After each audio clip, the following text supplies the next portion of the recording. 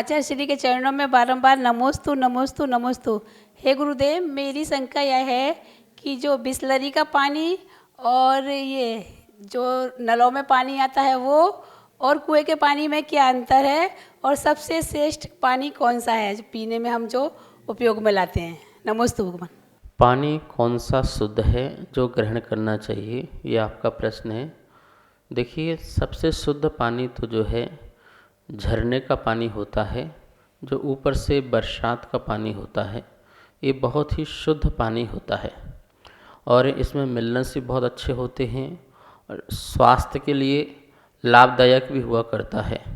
तो यदि ऊपर से जो बरसात का पानी होता है उसको यदि हम स्टोर करें, अमृत कुंड बनाएं और वह पानी जो है ग्रहण करने योग्य होता है, हम उसे छान भी सकते हैं और जो है अहिंसा का पालन भी कर सकते हैं।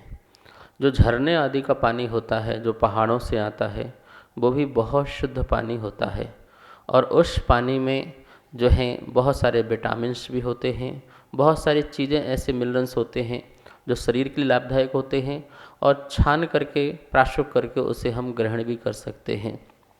कुएं का पानी है जो हम अभिषेक में, साधुओं के आहार में जो है उपयोग करते हैं। प्रतिमाधारी हैं वो भी इसके लिए उपयोग करते हैं क्योंकि बिलछानी हो सकती है। सबसे बड़ी बात ये है कि हम जीवों की जो है हिंसा से बच सकते हैं। हम अपने उपयोग में लाने वाले पानी को जो है वो ऐसा कर सकते हैं कि जीवों की रक्षा भी हो सके और अपना काम भी हो सके। अब रही बात जो है आपके घर में जो नलों का पानी आता है, तो वो पानी जो है किस प्रकार से फिल्टर होके आता है, और फिर दूसरी बात बिलछानी नहीं कर पाते हैं घरों के पानी की, इसलिए उस पानी को आहार में भी उपयोग नहीं करते हैं और भगवान के अभिषेक में भी उपयोग नहीं करते हैं। तो श्रेष्ठ पानी यही है कि जो बरसात का पानी है वो अमृत पानी होता है, स्वास्थ्यवर्धक होता है, उसे ग्रहण करना चाहिए। मैं पीसी जैन फरीदाबाद से श्री दिगंबर जैन सभा रजिस्टर्ड फरीदाबाद का अध्यक्ष के रूप में समाज की सेवा कर रहा हूँ। मेरी महाराज जी नमोस्तु नमोस्तु नमोस्तु।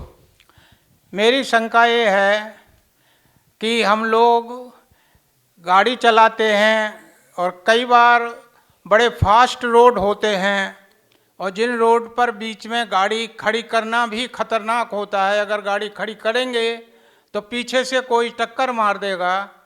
ऐसी दिशा में कई बार ऐसा भी हो जाता है कि कोई छोटा बड़ा जीव जंतु या जानवर सामने आ जाता है और ना चाहते हुए भी हमसे ये काम, गलत काम हो जाता है कि उसकी जान चली जाती है।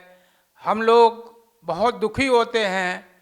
ऐसी अवस्था में महाराज जी हम लोग कितने दोष के भागी हैं और जो दोष है हमें लगा हुआ है उससे हमें छुटकारा कैसे मिल सकता है, हमें क्या प्रयत्न करना चाहिए जिससे हम इस दोष से दूर हो सकें। नमोस्तु भगवान, नमोस्तु भगवान, नमोस्तु भगवान। ये बहुत बड़ी असावधानी होती है जब आप लोग वाहन में बैठते हो और उसमें कोई ना कोई जीव आकर कभी मर जाता है। जैसे कभी कुत्ता आकर के, बिल्ली आकर के, सांप आदि अनेक प्रकार के पशु पक्षी आदि आके गाड़ी से टकरा जाते हैं और मर जाते हैं। इसमें मेन कारण तो यह है कि आपकी गाड़ी की स्पीड, आप इतनी तेज़ी से भागते हैं जिससे ऐसे पंचेंद्रीय जीव जो हैं बच नहीं पाते हैं। इसलिए बहुत ही आराम से और सावधानी पूर्वक चलाना चाहिए जिससे किसी प्रकार की जीव हिंसा ना हो। यदि सावधानी रखते हुए भी किसी पशु या पक्षी की जो है जीवन या प्राण चले जाते हैं तो फिर उसके लिए शास्त्रों में कहा है कि प्रायश्चित लेना चाहिए। प्रायश्चित लें और अंदर पश्चाताप करें कि किस प्रकार से मेरी प्रमादता के कारण जो है जीव की हिंसा हुई है, और उसका जो प्रमाद है का दूर करने के लिए हमें प्रायश्चित अच्छा लेना चाहिए जिससे हम अपनी आत्मा की कलुषता को धो सकें और जो जीव गया है उसको सद्गति की प्राप्ति भी हो सके। यदि इस प्रकार से कभी हो जाए तो आपको सिद्ध क्षेत्र में जा कर के, सिद्ध क्षेत्र जहाँ से कोई जीव सिद्ध बने हैं, ऐसे सिद्ध क्षेत्र में जा कर के वहाँ उपवास करें, उपवास करें, जाप करें, आत्म आराधना करें, मौन पूर्वक रहें और भावना बनाएं कि जिस जीव की मेरे द्वारा हत्या हो गई है या उसका घात हो गया है तो उस जीव को भी सिद्ध अवस्था की प्राप्ति हो। हे प्रभु, मैं प्रार्थना करता हूँ वह जीव भी कभी न कभी जो है सिद्ध बने, ऐसी मंगल भावना और उससे क्षमा मांगते हुए कि मेरे द्वारा जो है यह कार्य हो गया, जो है असावधानी हो गई और उसके प्राण चले गए, तो मैं उस जीव से क्षमा मांगता हूँ और वह किसी प्रकार का बैर भाव न रखे और आगे चल कर के वह आत्म कल्याण के मार्ग में लगे और सिद्ध पद को प्राप्त करे। ऐसी भावना से यह प्रायश्चित को हमें ग्रहण करना चाहिए। बड़े ही ईमानदारी के साथ यह प्रायश्चित करना चाहिए। एक तो उस जीव के लिए प्रार्थना पहुँचेगी और दूसरा हमारी आत्मा में जो बार बार विकल्प आ रहा था वह विकल्प भी जो है दूर होगा और हमारी शंका अंदर की जो है वो दूर होगी और आत्मा शुद्ध होगी। यही प्रायश्चित है, इसको ग्रहण करना चाहिए। नमस्ते महाराज जी। महाराज जी, मेरा एक शंका है। मैं मनोज कुमार जैन, पेशे से वकील और पश्चिम बिहार जैन समाज दिल्ली से हूँ।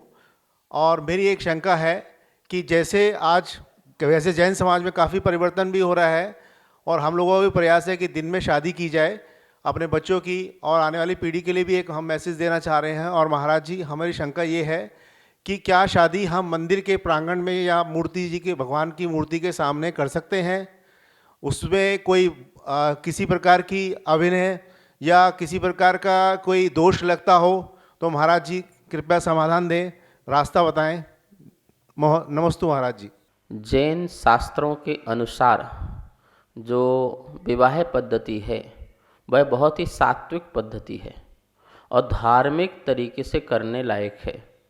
विवाह अमांगलिक नहीं है, मांगलिक है।